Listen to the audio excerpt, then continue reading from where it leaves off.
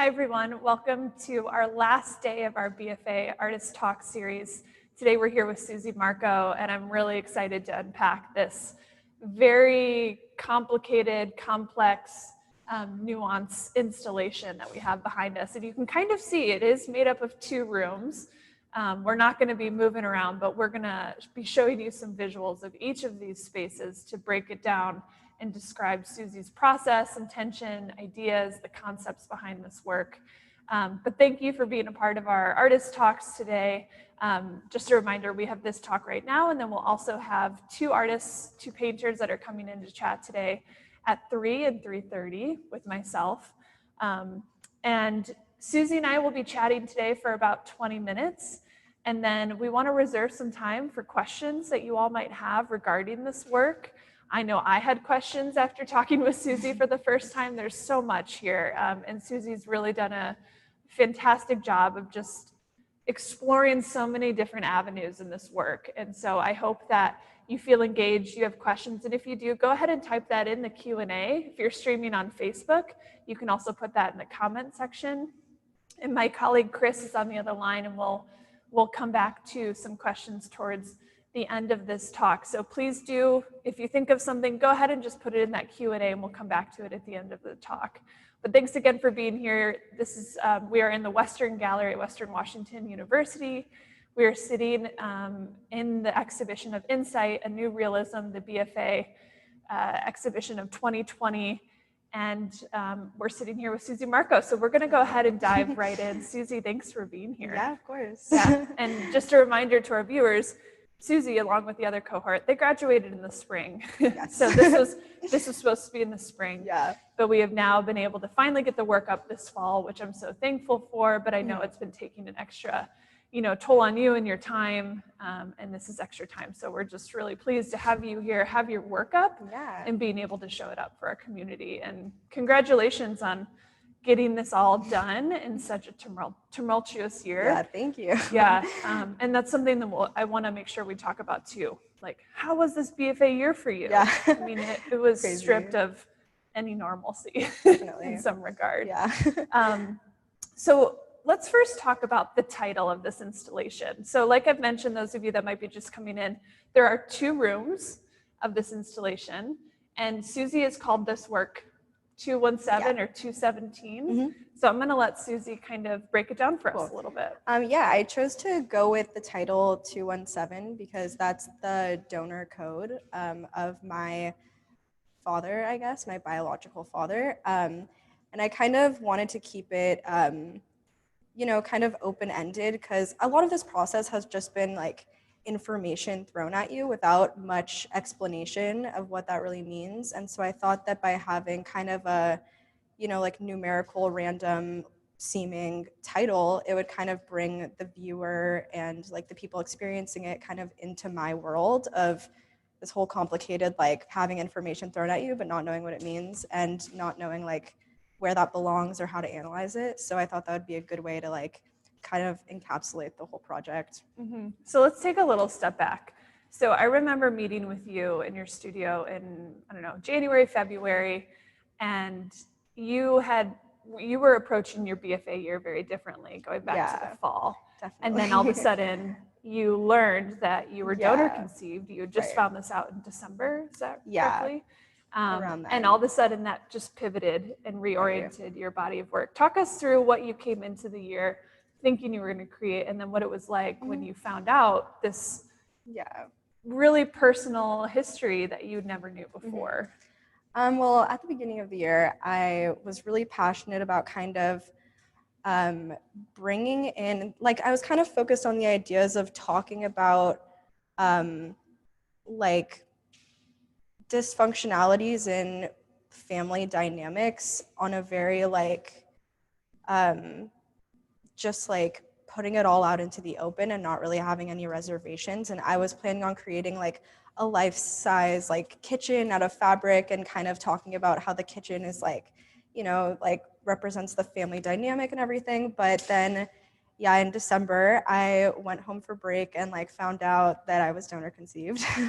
And that kind of took over my mind in a really weird way where I couldn't focus on making work. Like at all, really, until I kind of discovered a way to mesh my inability to create work and my like passion of like research and figuring out more about the process and about like where I came from, basically. And so it kind of like meshed together really well to create like, you know, a large scale like representation of what I've been going through. Right. So I would say in some regard, what I'm hearing from you is the process of creating this work was in some way you processing your identity and what your identity formation means right now versus a year ago versus your whole life. Yeah, definitely. And like taking steps back and trying to reflect through the artistic process. Yeah. And your medium coming into the BFA year as an artist, you would say.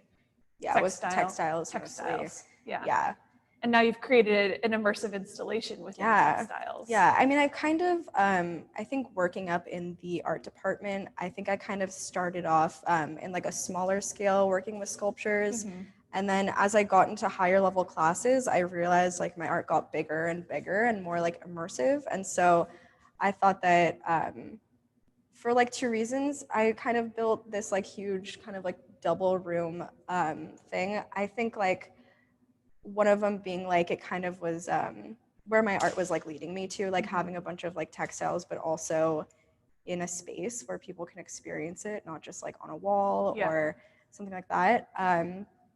But also because I think that like putting the viewer in the actual rooms that these things took place, and even I know like a lot of it isn't even like that accurate to what a real like sperm bank looks like, but that's not what I was going for. Like I was kind of going for like what has been going on in my head and kind of like, you know, it's really hard like figuring this out and not having anyone to talk to about it. And like none of my friends have ever gone through this. No one I know has ever gone through this.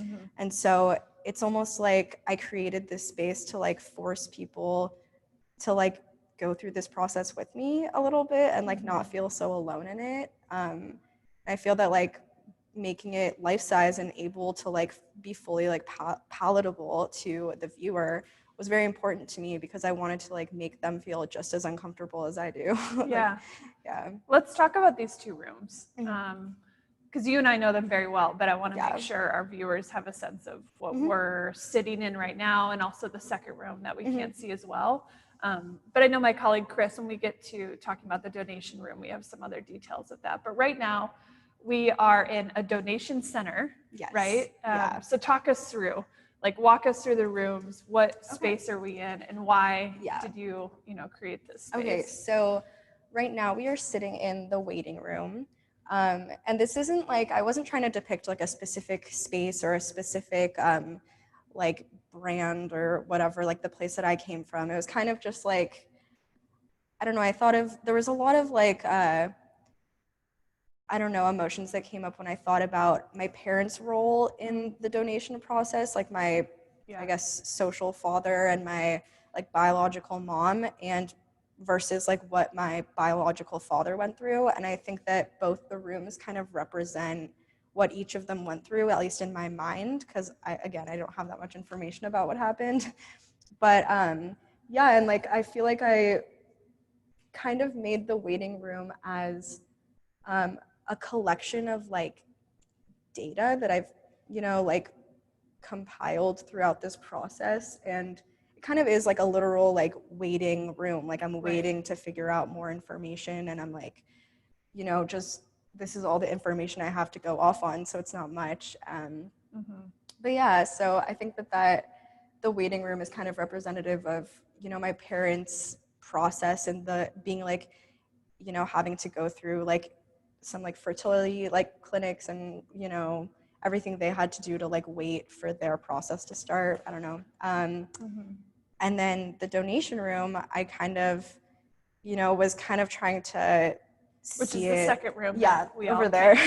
I kind of tried to like see the whole process through like what my biological father kind of saw, and I don't know, like the weirdness and uncomfortable nature of this whole industry, and how it's very like the forced intimacy and a weird like you know, like having to go into a doctor's office and like masturbate in a really weird like setting and, you know, in a very sterile space. And I just wanted to depict like both of their experiences, and then also like, you know, kind of warping it with the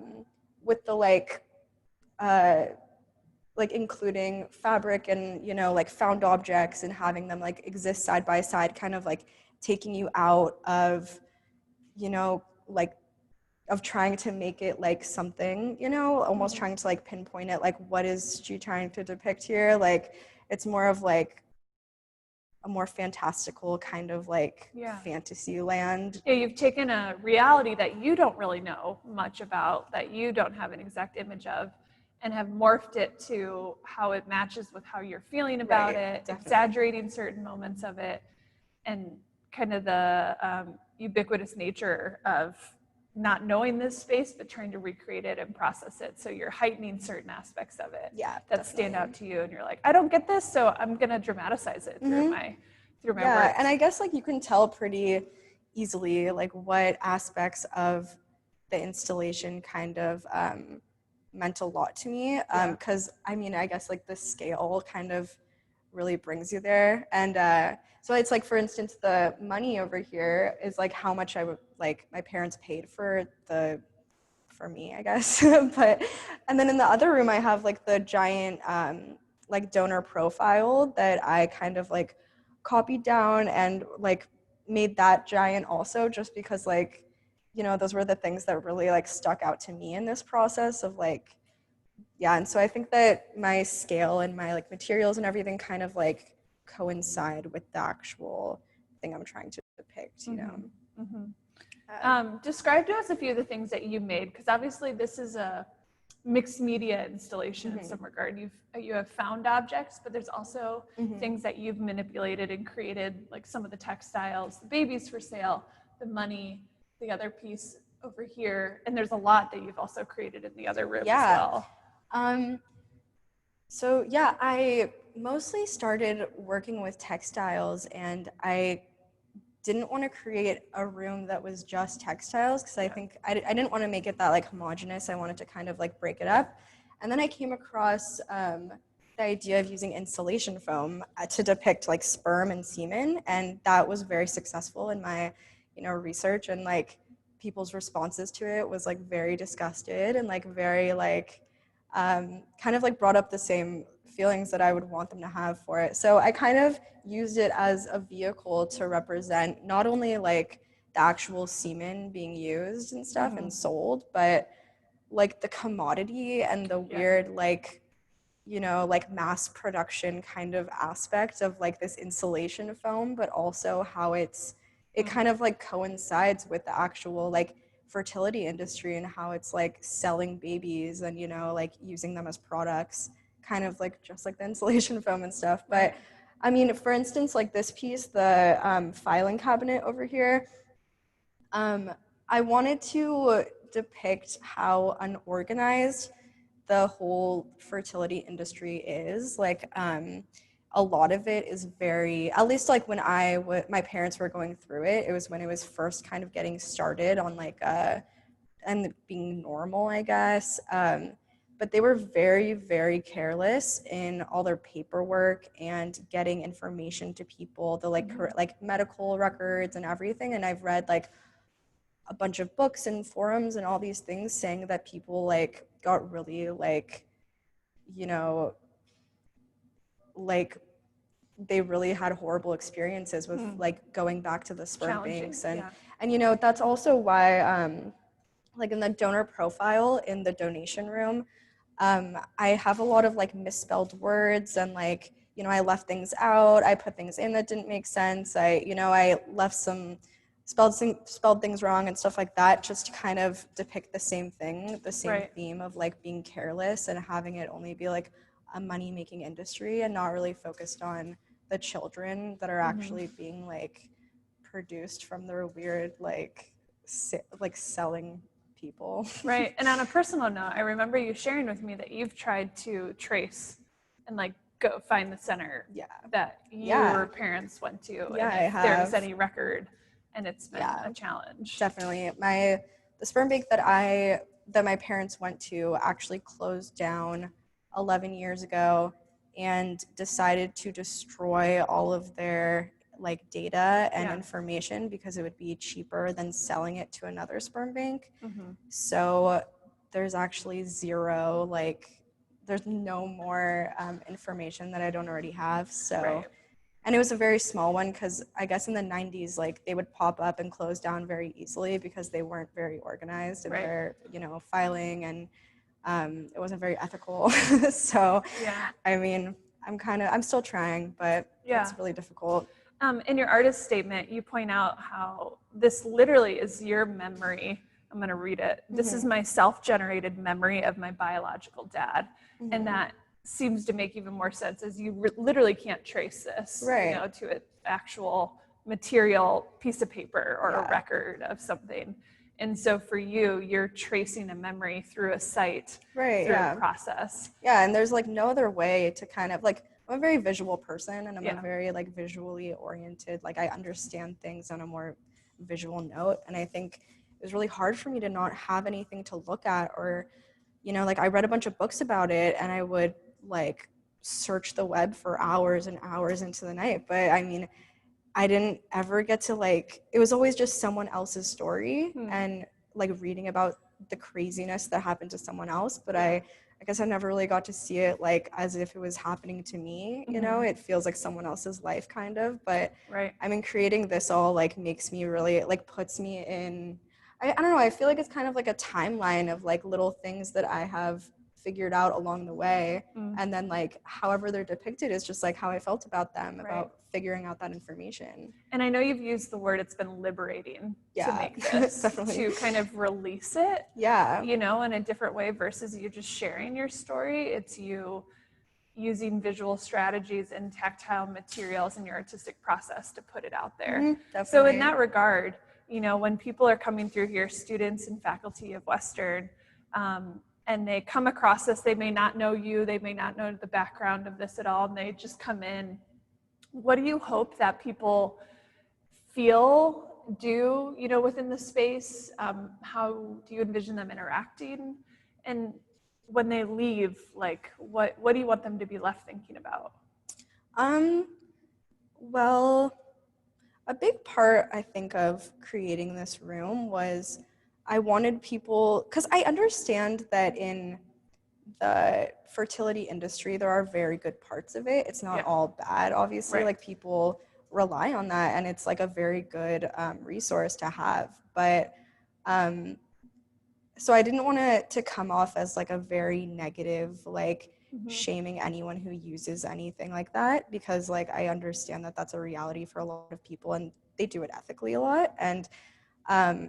And so, but given that, I mean, I feel like nobody talks about the bad parts of it and the unethical parts of it. And I wanted people to kind of have a takeaway like that a little bit, you know, kind of like thinking more about like, wow, these are just like babies for sale. And like, it's like not giving much thought to the person they're producing, but instead just like satisfying the customers, which are the parents, you know.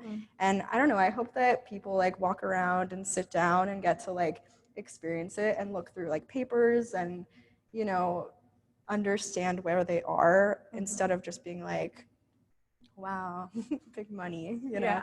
But yeah, I hope that people understand it kind of from that perspective. So they're welcome to walk around, interact, definitely. and experience this and see the different rooms and take it in. Okay. I know we have about 10 minutes left, so I want to leave some time for some questions, and then if we have some space, I know I have more I could chat with you about. So go ahead, Chris. I know we have a question. Hi, we have one question at the moment, and it's, was your conception story kept hidden from you? Yes, it was definitely kept hidden from me. I mean, I said earlier, I found out this year during winter break. So I'm 23 years old, and yeah, it's been 23 years that they've kept this as a secret. Which leads me into which leads me into, this work is extremely personal. Yeah. And it's a lot for an artist to expose such a vulnerable narrative in a gallery, in a university setting, let alone in a traditional gallery setting, art museum setting. So for you, as this is a pivotal moment in your artistic career and you're moving forward, and I know you're moving to California tomorrow, and what is this, how does this define you moving forward to have such a personal body of work launching you into your artistic career? Well, I feel like I got so personal with it just because of the suppression of like trying to keep this a secret for even longer. I mean, like it had to come out. Yeah, and it's like even when I was told, it was still like keep it hush hush, like don't. And it was like I did not take that well because I'm like, no, this is my story now. Like I can do whatever I want with it. But I think that honestly, if I wasn't told to like keep it a secret so much, I wouldn't have made such a like dramatic like shoving it in people's faces. But that's been my whole life. I mean, growing up, it was everything, like keep everything a secret. And so I think that when I got to college and kind of like went out of state and nobody knew me, I kind of had the freedom to like say whatever I wanted and, make people understand the secrets that I've had to keep like my whole life. And so I think this kind of like, was the final, the final version of that. Sure. Yeah, definitely. I see that we have some more questions. Go ahead, Chris. Well, it looks like you touched on one of them a little bit. Someone would like to know, have you shared this work with your parents? No, I have not. Maybe in a few years. And another one, did you find the materiality of fabric to help you in the process of understanding what happened? Wait, what was that? Like the materiality of fabric and using textiles as in addition to the rooms in itself, but like the tedious process. I mean, it's a very labor intensive. Totally. So like how long did it take you to make babies for sale, for example? That took like 4 days of like constant working. But I mean, for instance, like this tapestry over here above the filing cabinet took me like months to complete because it's a tapestry weaving on a loom where I had to kind of go in very detailed. But yeah, the process of making all these things with fabric really, it like, I really like textile work because it's like you don't have to think that much while you're doing it. There's a big like planning process involved and drawing out your ideas, but while you're doing it, it's kind of like if you know the skill, and so it's very like while I was making like a bunch of these pieces, it made me think about kind of like it like helped me process that individual thing as I was making it and kind of like having the feelings of like, what does this mean to me? Also, like, it's kind of crazy I'm spending this much time, like depicting this like sperm in front of a wall, it's like it makes you feel silly a little bit and like, why are you doing this? But then it keeps like reminding you of why you're doing it and makes you understand it more. Through that consistent process. Yeah, go ahead, Chris. I know we have more. What was it like to completely change course conceptually halfway through the BFA year? How did your previous conceptual research contribute to the final outcome? This probably is coming from a student who might be interested in the BFA year. So someone who's like, what happens if I shift gears half year? I mean, I was really nervous to do it and I wasn't that confident in it even, but it was kind of like an emergency situation more for me where I was like, I can't just make this whole body of work about something else because then I'd have to like tuck this under the rug for a second and like finish up the BFA and then, work on that. And so I don't know, it's kind of like when I found this out, it was like all consuming. I was even like considering dropping out of school because it was just so much on my plate at once. And so by incorporating that into my actual schoolwork, it like kind of killed two birds with one stone of like making me not drop out and also like helping me process what I was going through. And so, and I mean, the first project I was going to be doing anyway, which was like the life-size kitchen, kind of like a little bit has the same themes in it of like exposing, you know, the weirdness in families growing up. And I think that a lot of the thinking I did about that project helped me with this one too. Right. Yeah. And here's a success story of someone who halfway through their BFA year kind of started over in some way. I mean, you literally created this work from January to totally. Yeah, and not even that, because I mean, when we couldn't go into our studios anymore, I didn't have many options because, I mean, obviously my work is very like large scale. Yeah, and stores so, were closed. You were having trouble finding materials. materials. I couldn't find materials. I couldn't find like, it was a crazy time. But so I basically like threw this all together in the last like month before we had to, you know, like install it, which was a crazy experience. And probably a lot of it was fine-tuned once you were in this space. Yeah, I kind of needed the able space in order to do it. Which we could talk a lot about, but the installation process itself is when it truly came alive. Chris, I know we have another question. Thank you. Your work deals with challenging personal issues. Can you talk about the humorous approach you take in dealing with difficult subject matter? Wait, what was the second part? Using humor. Oh, how do you use humor as a means of processing difficult or challenging? Yeah. I tend to use humor in a lot of my work just because I don't really like talking about, I don't like people like feeling bad for me or like wanting to like solve my issues for me or anything. Like I kind of just want to like bring awareness to the fact that like I don't need to be hiding this anymore. You know, it's not like story. Yeah. And so I think that I have used humor as kind of like a segue or some weird like way for people to, you know, not look at it as like, oh, this like sad thing happened to this girl, but instead like, because I mean the whole process is kind of funny, like I mean a little bit, you know. Like, and so I kind of want to like it's not like funny, it's more like so weird that it's like hard to describe. And I think that the only way that I could figure out how to like, you know, tell the viewer that like this isn't just like a sob story about like being lied to my whole life, it's like this is weird, like this is so weird. Like I think hearing you say that and like laugh about it is exactly what comes out in your installation, right? When you're looking and experiencing both of the rooms, like the things are exaggerated.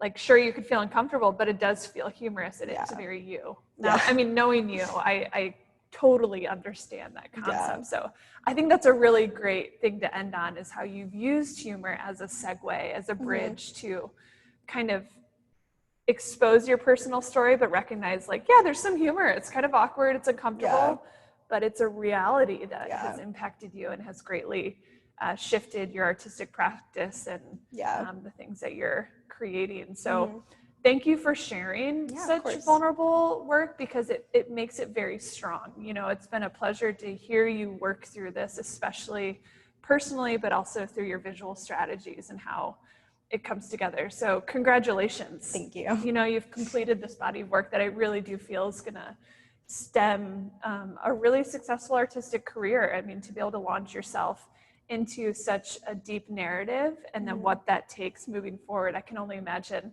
how your work is going to unfold as you head to California and you know what's going to change. So thanks, Suzie, for being here with us today and being a part of our BFA Artist Talk series. I hope you all have enjoyed, you know, getting to hear Suzie break this down personally, because the work is very complex, nuanced, challenging. And it's such a pleasure to have Suzie here with us to be able to share, you know, this really personal narrative. And thanks again, and congratulations. You've done your BFA work. Now it'll just be the deinstall and later on. But thank you everyone for participating. Thank you for your questions. Thank you for supporting artists like Suzie and this exhibition in general. If you're available at 3 p.m. this afternoon, we have 2 more artists that are coming in at 3 and 3:30. And that will be the end of our BFA Artist Talk series here at the Western Gallery at Western Washington University, at Insight, A New Realism, our fall exhibition. So thank you, and hope to see some of you this afternoon in our final Artist Talk series.